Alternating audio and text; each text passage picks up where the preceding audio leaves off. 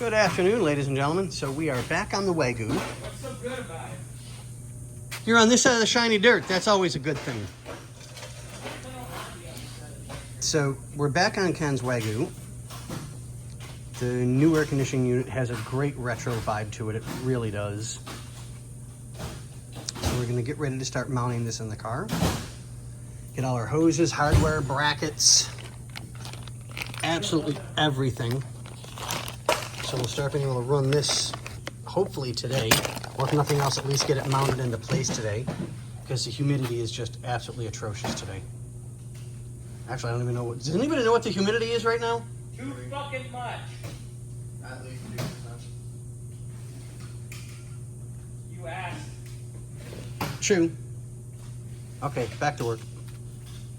So we're gonna try and get this mounted today and get this in place, but I've got to make some newer brackets because these are from the old one, and as you can tell, you can't see the screws. So we're gonna see what we can do about getting these mounted, or do some sort of double and figure out how to mount these to this, cut this to fit in here, and then put it all back together. Yay. That was what I did. Yeah.